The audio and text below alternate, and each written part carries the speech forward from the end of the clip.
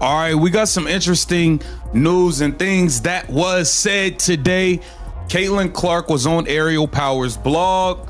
We got to take a look at some of the things she had to say about the Indiana Fever organization, the higher-ups, the whole situation, The arrival of Caitlin Clark was supposed to be a coronation. She was the chosen one, the singular talent destined to elevate the WNBA from a niche league into a global powerhouse. Ticket sales shattered records, television deals materialized out of thin air, and for the first time, the world was watching. But beneath the surface of this celebrated revolution, a dark resentment was festering among the old guard. And then, during a game against the Chicago Sky, that resentment was given a physical form. It came as a blindside, off-ball hip check from Chennedy Carter, a cheap shot delivered away from the play. This wasn't just a hard foul or a welcome to the league moment. This was a message. It was the first shot fired in a quiet, vicious civil war, a clear declaration from a faction of veteran players that the new queen would not be allowed to sit on the throne without a bloody fight. You already know what it is. You already know what it is. It's the takeover. The takeover has already happened. Worldwide CC. Worldwide CC. Caitlin Clark taking over all sports. All sports want in on the Caitlin Clark business. It is so unfortunate that the WNBA has dropped the What happened immediately after the foul was perhaps even more disturbing than the act itself. As Caitlin Clark lay on the floor, there was a moment of deafening silence. The referees hadn't even made a call. Her own teammates were slow to react, a bizarre hesitation that spoke volume. The league itself issued no immediate statement, and Carter's coach defended her in the post-game press conference. It was a conspiracy of silence, an unspoken agreement to look the other way. This wasn't just one player's dirty move. It was a systemic failure. The league, in its most crucial moment, seemed either unwilling or completely incapable of protecting its most valuable asset. The message sent to the world was terrifying. In the WNBA, the star who brings in all the money and all the fans is on her own. And this was only the beginning of a pattern that would become undeniable. Clark took over Euro basketball.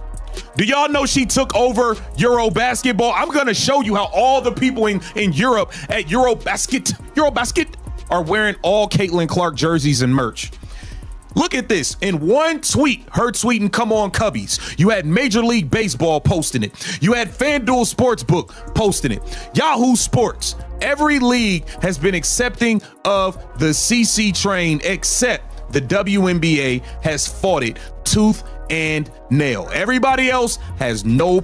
Long before the hip check, the warnings were there for anyone willing to listen. Veteran superstar Diana Taurasi famously declared that reality is coming for Clark, a comment that now sounds less like advice and more like a thinly veiled threat. The narrative pushed by some players and media is that this is just standard rookie hazing, but that's a lie, a convenient excuse to cover up something much uglier, pure, unadulterated professional jealousy. Veterans who had toiled in relative obscurity for years were watching a 22-year-old rookie receive a rumored $28 million Nike deal and global adoration overnight. They saw her not as a rising tide lifting all boats, but as a personal affront to their own careers. The hard fouls and aggressive talk weren't about testing a rookie. They were about punishing her for a level of success they felt she hadn't earned. But the forces aligning against her weren't just on the court. How about this?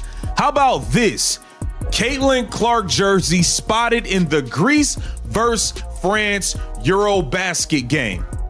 They wearing the Caitlin Clark Iowa jerseys in Greece versus France. This is international stardom, worldwide stardom.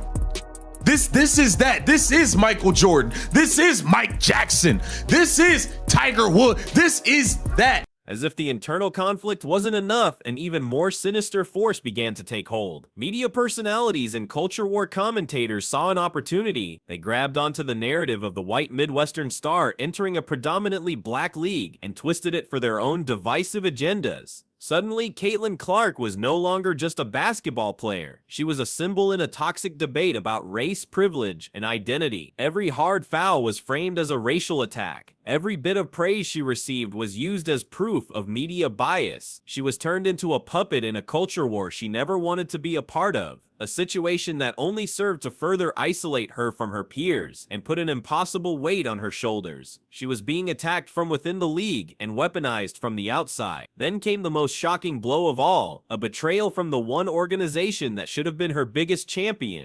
The decision to leave Caitlin Clark off the 2024 USA Women's Olympic basketball team was a move so stunningly self-destructive it sent shockwaves through the entire sports world. This wasn't a rival team trying to intimidate her. This was the establishment itself, the gatekeepers of American basketball, slamming the door in her face. The official explanations were weak and unconvincing, citing a need for veteran experience and chemistry, but nobody was buying it. It was a public slap in the face to the most popular basketball player on the planet, male or female. This was the ultimate betrayal, a move that confirmed the whispers of a coordinated effort to keep her down. It proved that the animosity wasn't just on the court, it had infected the highest levels of power in the sport. The question was no longer if there was a conspiracy against her, but how deep it actually went. The official story for the Olympic snub crumbled almost immediately as insiders began to leak the shocking truth. The real reasons had nothing to do with basketball. One of the most damning reports claimed the selection committee was terrified of the backlash they would receive from Clark's enormous fan base if she were on the team, but didn't get significant playing time. They chose to snub her completely rather than deal with angry fans. Other sources whispered of backroom deals and immense pressure from powerful veteran players who did not want a rookie stealing their final Olympic spotlight. It was a decision rooted in fear, ego, and politics. A secret agenda to protect the old guard's fragile legacies at the expense of the future.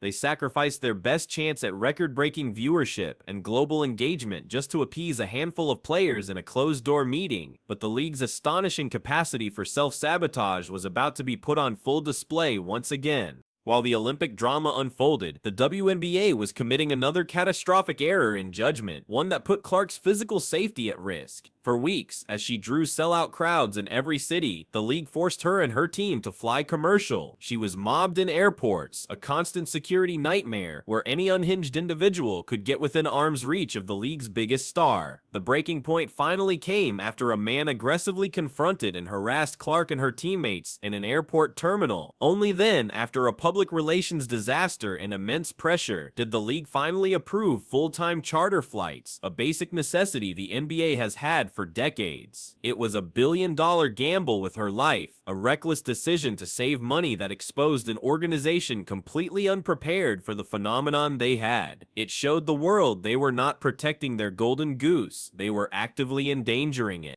And here is the ultimate, unbelievable irony. In this entire saga, none of it worked. The cheap shots, the silent treatment, the Olympic snub, the league's own incompetence, none of it could stop what was happening. While the WNBA was caught up in its internal drama, Caitlin Clark went global. The takeover was already complete. Major League Baseball was tweeting about her.